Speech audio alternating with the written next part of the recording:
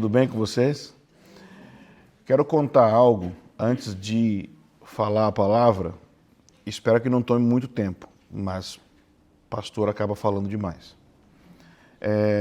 Seja bem-vinda. Entra aí. O que acontece? Existe uma experiência que alguns profetas tinham na Bíblia. Eu digo alguns porque só alguns registram, que é a experiência do fardo ou do peso. Se você leu já os profetas no Antigo Testamento, dependendo da tradução que você leu, vai ter algumas palavras que, ao invés de ser assim, visão do profeta, tá, peso do profeta. E quando eu aprendi sobre o ministério da palavra, eu aprendi que o ministro da palavra, muitas vezes, ele tem um peso, um fardo ou encargo. Essas três palavras são intercambiáveis para o que eu quero dizer. Quer dizer que tem algo que pesa no coração dele a respeito da palavra de Deus, a respeito do que Deus fala, e que aquilo toma uma importância para ele falar, para ele compartilhar. E cada pregação que é assim efetiva, ela é um peso no do coração do pregador. E aí você prega, e quando você termina de pregar, essa deveria de ser a experiência, o peso sai. Você se livra de um fardo. E, na verdade, você deixa o fardo com as pessoas. Você se livra daquilo. Mas, algumas vezes, o peso não sai. Às vezes, o peso não sai porque você não soube pregar direito, então você não soube liberar o peso para que as pessoas recebam. Ou, às vezes, porque ele é um peso para ser liberado mais de uma vez, em mais de um lugar, é uma coisa grande. O que acontece? Eu estou com um fardo no coração, faz um tempo. E eu já preguei uma vez, e aí acontece o quê? A gente se distrai, né? A gente pensa em outras coisas, pensa em outras palavras, em outros assuntos teológicos. Mas eu estava pensando assim, o que eu posso falar hoje? E aí, quando a mente descansa, já o assunto que é mais claro, que Deus está mexendo mais no coração, fica ali, né? Dá licença aí para ela. Fica à mostra, fica bem latente. Bom, o peso que eu tenho, ele poderia ser resumido em presença de Deus, ok? Esse é o assunto. Mas, especificamente, se eu pudesse colocar um título, é que a Nova Jerusalém é o nosso destino e Emanuel é o nosso caminho. E a minha questão não é tanto que vocês entendam a doutrina, ainda que isso é essencial. Mas o meu ponto mais importante não é que se entenda a doutrina do que eu estou falando. O que me importa mais é a aplicação prática, a vivência disso. Então, o que eu quero dizer com a Nova Jerusalém é o nosso destino? Em Apocalipse 21, se você tem Bíblia aí, pode abrir ou ligar ela, não sei. Apocalipse 21, do versículo 1 ao 3.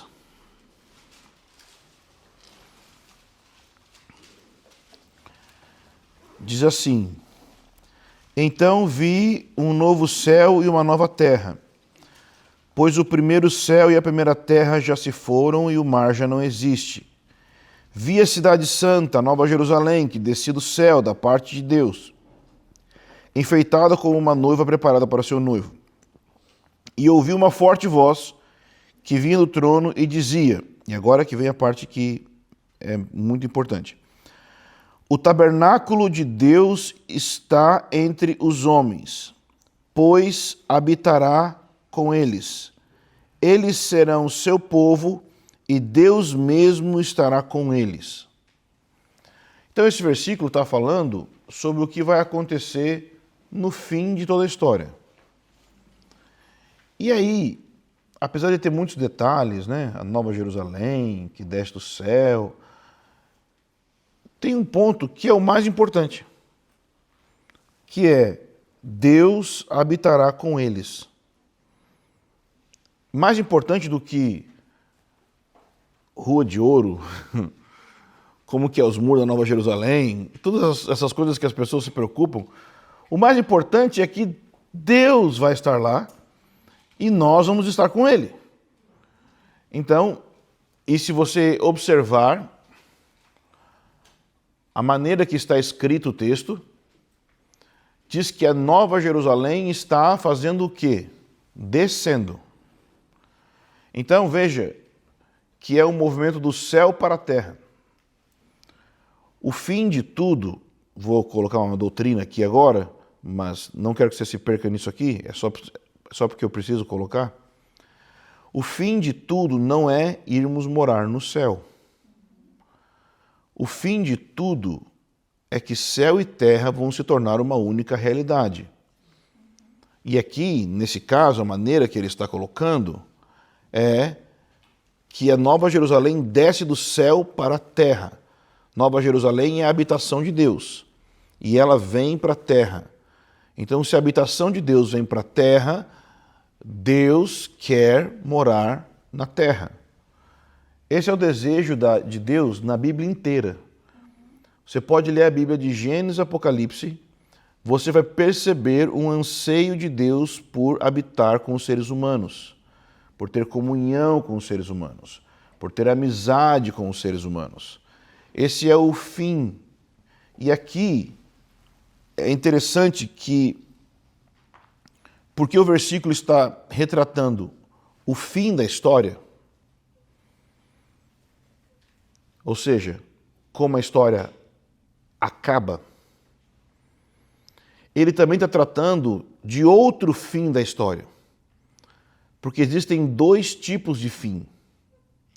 Existe o fim que é como algo acaba, fim do filme. Mas existe o fim de como algo alcança sua consumação. E isso, às vezes, é simplesmente um começo. Por exemplo, um noivado pode chegar ao fim porque o relacionamento acabou. Ou um noivado pode chegar ao fim porque o casamento aconteceu. Chegou no objetivo. O fim pode ser como algo acaba, mas o fim também pode ser como algo alcança seu objetivo. Esse fim que nós estamos vendo aqui na Bíblia não é somente como vai acabar e daqui nunca mais vai ter nada. Na verdade, aqui é o começo de uma história. Vai voltar a ser como era no Jardim do Éden no início e muito melhor.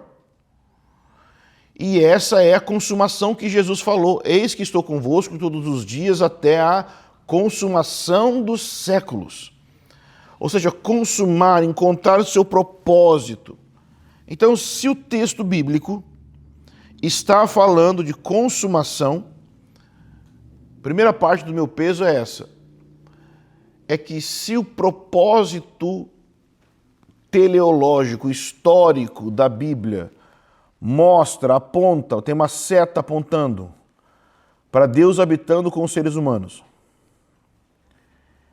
essa deveria de ser a seta, o propósito para todos os propósitos que nós possamos ter. Para todo tipo de atividade, para todo tipo de intenção que eu possa ter, eu deveria de convergir minhas intenções na intenção maior de Deus. Eu deveria de convergir meus propósitos, que podem ser muitos, no propósito maior de Deus. Eu comecei a me questionar sobre isso numa discussão sobre evangelismo. Começaram a discutir sobre evangelismo porque poucas pessoas estavam convertendo na nossa congregação. E ok, é importante se preocupar com isso. Mas eu falei, se nosso foco for aumentar o número de pessoas, ou cumprir uma agenda com Deus, do tipo assim, Deus vai ficar feliz porque nós ganhamos muitas almas, nós estamos saindo do propósito. O propósito é que essas pessoas se tornem a habitação de Deus. O propósito é que a gente traga elas para a casa de Deus, ou seja, a igreja como o lugar da presença de Deus. O alvo é que essas pessoas se tornem pessoas que estão destinadas a essa nova Jerusalém, no fim, essa presença de Deus, ou seja, a presença de Deus habitando entre nós, no fim de tudo, deve ser o fim de tudo. O propósito de tudo que a gente faz deve estar canalizado nisso. Qual o propósito que você faz das coisas que você faz? Já parou para pensar? Quantas das coisas que você faz que podem realmente ser colocadas como o propósito pelo qual eu estou fazendo isso aqui é para que haja uma realidade de experiência com a presença de Deus. Esse é o propósito. Então, isso é uma parte do que eu estou pensando. Eu teria muito para falar sobre isso, mas às vezes eu ia chovendo molhado e repetir as mesmas palavras. Agora, se há um propósito, se há um destino, há um caminho. Pensa comigo. Se o propósito da redenção é Deus habitando conosco, qual é o processo da redenção? Qual o caminho que Deus trilha para que essa redenção aconteça? E o caminho, obviamente, é Jesus. A gente nunca vai encontrar um caminho que não seja o Senhor Jesus. Mas existe algo interessante sobre o Senhor Jesus em Mateus, capítulo 1, versículo 23. É dado um nome, é dado um título para Jesus. Mateus 1, 23, diz assim: Eis que a virgem conceberá e dará à luz um filho, e ele será chamado pelo nome de Emanuel. Emanuel significa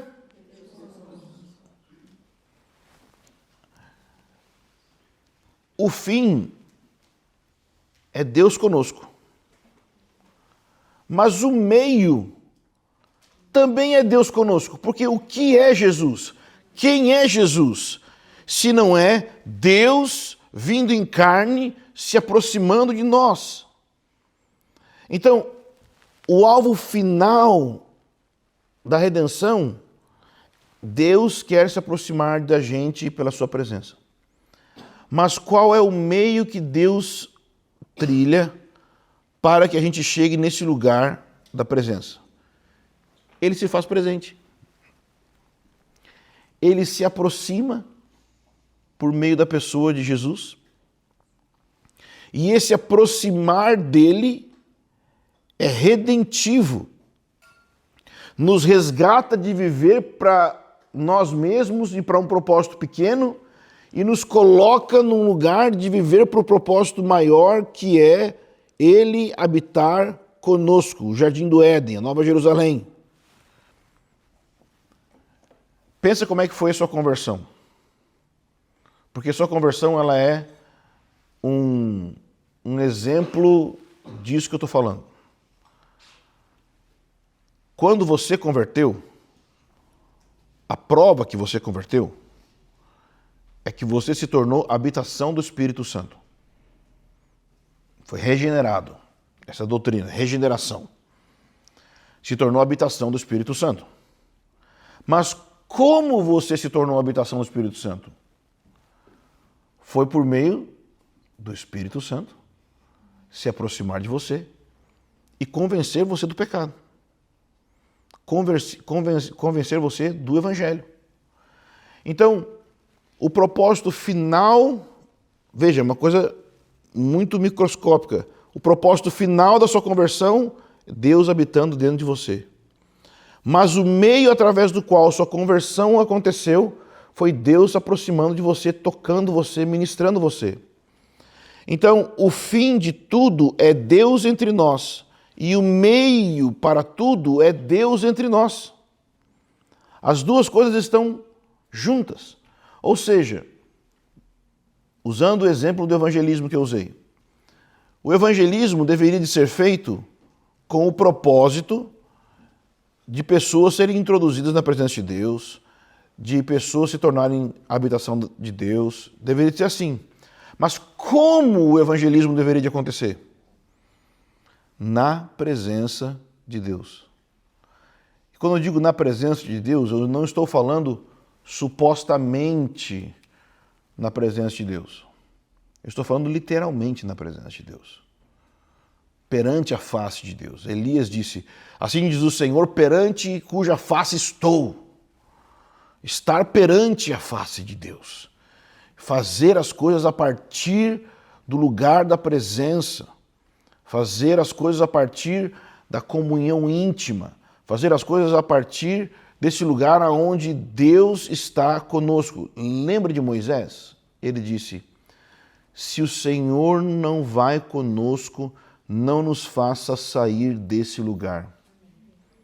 Eu sei que o Espírito Santo habita dentro de nós e ele não nos deixa nunca, mas existe uma graça, existe uma bênção, existe uma presença que nos acompanha quando nós buscamos mais de Deus, e é isso que nós vemos nos avivamentos. As pessoas que eram crentes já eram habitação do Espírito Santo, mas houve um transbordar, houve um derramar, houve uma efusão. E a questão é, isso está disponível para todos nós e disponível para nós carregarmos isso onde quer que a gente for. Existe um relato, existem 2 relatos que eu tenho pensado sobre esse assunto. Um é o relato do irmão Lawrence. O irmão Lawrence escreveu cartas, ele era um monge, e ele decidiu que ele iria viver os dias dele na presença de Deus. E aí, no mosteiro, ele começou a sentir mais a presença de Deus quando ele lavava a louça e fazia comida do que quando ele orava. Não que ele não sentia a presença de Deus orando, mas ele decidiu praticar a presença de Deus. Esse é o nome do livro dele, A Prática da Presença de Deus. O livro são cartas que ele escreveu para pessoas falando da experiência dele.